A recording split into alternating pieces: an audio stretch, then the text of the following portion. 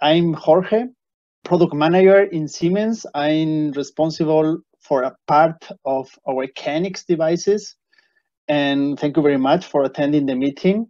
So today we're going to talk about the presence detectors white, and I will show you some use cases so you can see how you can use this sensor not only for lighting control, but for HVAC control.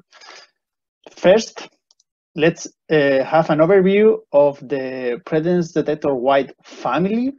We have 4 devices. And the difference between them, first is the technology. So we have in passive infrared, the 31, 41, and 51 with the detection area that you can see here. And we have the dual tech, which is ultrasound. The difference is that with ultrasound is frequency that the detection, or we can detect presence behind objects, but I will show you a use case about this. And then the other difference are the sensors. These are multi-sensors. All of them have, of course, presence and brightness sensor and temperature sensor.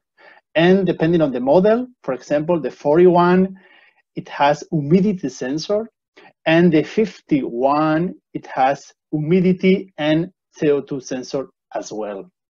And each sensor has its controller, meaning that if you have in the temperature sensor, you have a temperature controller, which is a Canix thermostat. In the 41, you have a humidity controller, and in the 51, you have CO2 controller. Okay, then this is the 4 use cases I will show you, so you can see more how you can use these devices. And the motivation is that you know the features, the parameters of the devices with these use case scenarios. And you will have some time at the end of the presentation to make questions. So let's start with the first use case. So each use case is for one presence detector. The first one is for the 31, and we are going to see how to have coastal lighting control and temperature provider for wall thermostat in an open space. So let's assume that we have an open space with this is 140 quadrat meters. We have daily lights. We have HVAC, floor heating, or fan coil, and it is required to have a constant lighting control, and it's required to have a temperature measurement and calculation, meaning that so we have a thermostat in the room, but we want to have more measurement points, that the temperature will be not only measured in the wall, but also in the ceiling, in the different places where we have the presence detector. So we have more measurement points. So how we can do that? Well, we need 2 presence detectors 31, one as master and one as a slave, to cover all this area. We need a Canix daily gateway because we're going to control daily lights, and we need a Canix thermostat. In this case, the new RDG from Siemens, that by the way, you have a presentation on this device on Friday. It's a novelty of Siemens. Well, the solution. Here you can see the solution, how you can achieve the requirements, and then the customer value on the right. Okay, we have a presence detector working as master, covering 64 quadrat meters for presence. And this device can be calibrated for the brightness, and we offer up to 4 methods to calibrate the brightness. So in that way, you get really accuracy. So we can calibrate the detector with daylight and artificial light, with both. This is also a novelty of these sensors. So in order to have an accurate brightness. Then, in this case, we want to have the sensitivity in automatic, because we have sensitivity in low sensitivity, high sensitivity, and automatic sensitivity. What that means is that when you have automatic, if there is no presence, it works with low sensitivity in order to avoid false presence detection during the night, for example. But when it detects one presence, automatically goes to high sensitivity. In that way, we are sure that as long as there are people in the room, the sensor is working in high sensitivity mode, okay, which can be also very useful. Of course, you can choose not automatic, you can choose just to use the device in low sensitivity or high sensitivity. But automatic sensitivity is a very cool parameter. Then we have the constant lighting control with different subgroups. This is not new in CANX. We already have this in all the presence detectors. And we can use the presence detector block. So when there is presence, we activate internally the constant lighting control. So it works only when there is presence. Then in order to cover all the area, maybe we need more sensors. In this case, other one, which will work as a slave. And let's assume that we have this device close to the door, and it's okay, there is presence, sends the commands to the master, and the master will control the lights. I guess you already know how this is work. But here we have also sector, we can enable or disable sector in the ETS. So in the parameters, you can say that it only works, we have 4 sectors in each device, and you can disable or enable them. So in this case, if we have the presence detector close to the door, it may be useful to disable the sector which is oriented to the door, because maybe the door is always open and we don't want to trigger the device with movement from the corridor. Okay, this could be an application of the sector enable or disable. So this is for lighting, but we can also use these devices for HVAC applications. And in this case, remember, we have a thermostat which is controlling the fan coil or the floor heating or whatever, but we can use the presence detector as an additional measurement point. In this case, we have 2 sensors, so we have 3 measurement points, so the thermostat and 2 sensors on the ceiling. Remember, this is a big open space, and we may need to have different values from different points. And we have a function inside the presence detector, which is the calculator, and we can use it to provide a weighted value, or to provide a maximum value or a minimum value. And we can use internal values, but and also external values. So we can use the different temperature values of the room and calculate the weighted value and provide this value to the thermostat. And the thermostat will work with this temperature value. Okay, so in that way, we can use different points in the room. Okay, this is the first use case, constant lighting control and temperature provider. If you have any question, you can do it at the end of the presentation. And I'm going to move to the second one. It's more or less the same, but in this case, we have a complex office, meaning that maybe you have a small separation panels, or you have a lot of monitors, big monitors or whatever. And in this case, you may need a different technology. So not passive infrared, but ultrasound, because the waves can envelop the devices, or can detect behind the small separation panels, for example, as you can see in the picture. But we also need a constant lighting control. In this case, we have radiators. And how we can do that? In this case, we don't have thermostat, so we can do all of this with the presence detector from Siemens. So the 61, which is the ultrasound sensor, covers 28 meters presence with ultrasound. It can be calibrated in the same way as the 31. So all the presence detectors have the same calibration methods for brightness. You can also set the sensitivity, as you can do in the other presence detectors. In this case, we want high sensitivity. We have the constant lighting controller as well in this device with different subgroups, the same as in the use case number 1. And here also you can use the presence detector block to trigger the constant lighting control. Then in order to cover all the area, you may need more presence detector working as slaves. In this case, you need 2. And it works the same as in the first use case, sending presence commands to the master.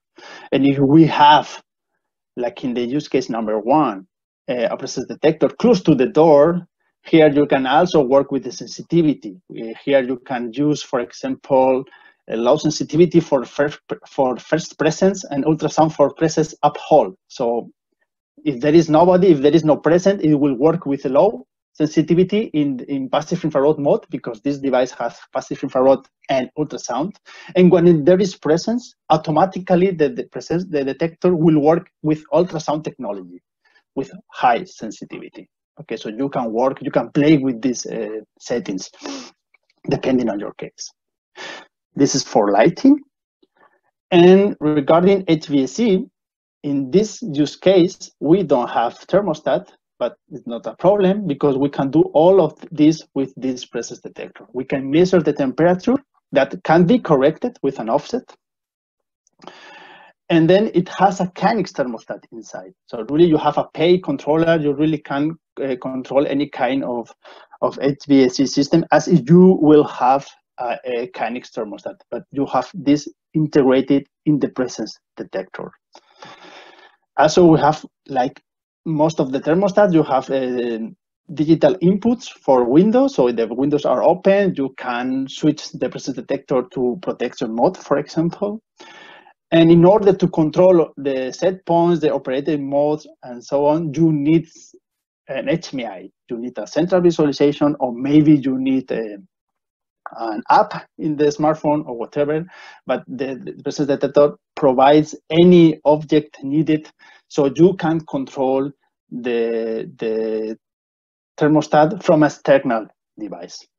Okay, so this is the second use case. I'm not telling you the customer value because I don't have enough time. You can read it afterwards in the presentation. Then let's move to the third use case, which is lighting and temperature and humidity control. This is the presence detector, the 25841. It includes temperature and humidity sensors. You may need humidity control in rooms where you have high humidity. Let's assume that we have a showroom with fountains or whatever, that it has water, and we need some kind of humidity control on a security function, maybe an alarm if there are too much humidity, or even the calculation of the dew point. You can do all these things with the presence detector. So for these requirements, you may need these devices, as you can see here. And focusing on the presence detector, the lighting is exactly the same as the other use cases, because I repeat, all the presence detectors have the same calibration methods. All of them have constant lighting control. All of them have sensitivity settings and orientation and so on. In this case, we don't use constant lighting control. We are just sending numbers because we have scenes with different light levels with a dimmer. Okay, of course, we can do this with this device. And regarding HVAC, like in the other use case, we can use different measurement points. We can use all the sensors, we can use thermostats, and with all these values for temperature and humidity and the calculator function, we can provide a weighted value to the humidity controller. So the humidity controller works with this weighted value, but we could use a maximum value or a minimum value. This is up to you. The humidity measurement can be also corrected with an offset, like the temperature. So once we have this weighted value for the humidity controller, we can use the humidity controller integrated in the presence detector and connected to a KNX actuator with 3 stages, for example, to controls the ventilation. That could be an application.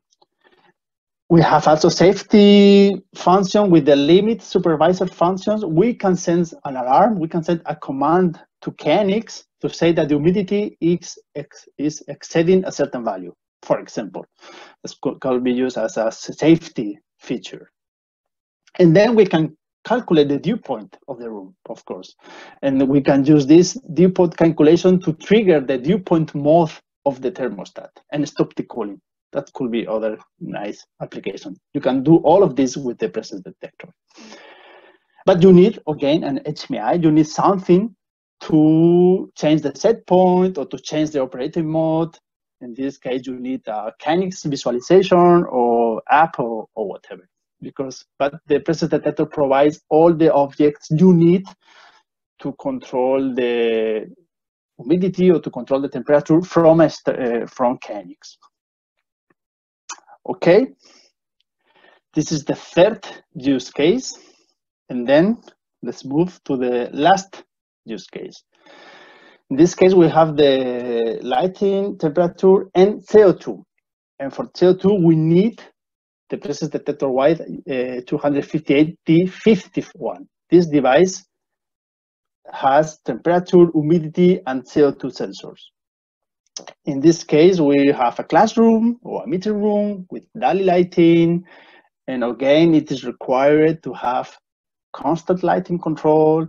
In HVAC, there are some system to ventilate the room, and also we need an alarm if there are too much CO2, for example.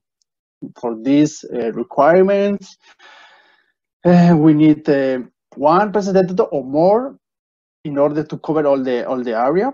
So working as master and slave, again, Kinix gateway and actuators or whatever HVAC actuators you may need to control the ventilation. And again, a visualization to control to change the set points and operating modes. So solution for the lighting, exactly the same as the other use case, the 1 and 2. We have the calibration methods, the constant lighting control, different subgroups for lighting, and so on, so on, so on. This I already explained these features. So let's focus more in HVAC in this case. Okay, for the temperature, we can measure and correct and calculate the weighted value. And in CO2, here we have a not only offset, but a calibration factor. So you can correct the value with two methods. And then, but you can use different values of CO2. The value measured by the presence detector, but maybe you have more detectors or you have on the wall. You can use all these values, and with these values, you can provide a weighted value to the air quality controller, or a maximum value or a minimum value. And then the air quality controller, which is implemented in the presence detector, works with this weighted value and control the ventilation with an Kinix actuator, for example, with 3 stages. That could be an application.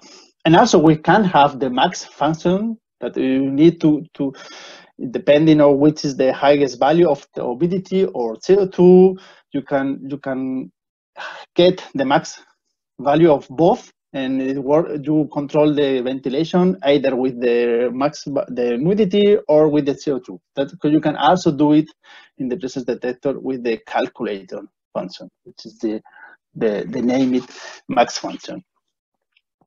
And then again, for safety application, you will have the function limit supervisor in the presence detector, and you can set that if the measured CO2 exceeds a certain value, to send a command through Kinix, and then you can trigger an alarm or whatever.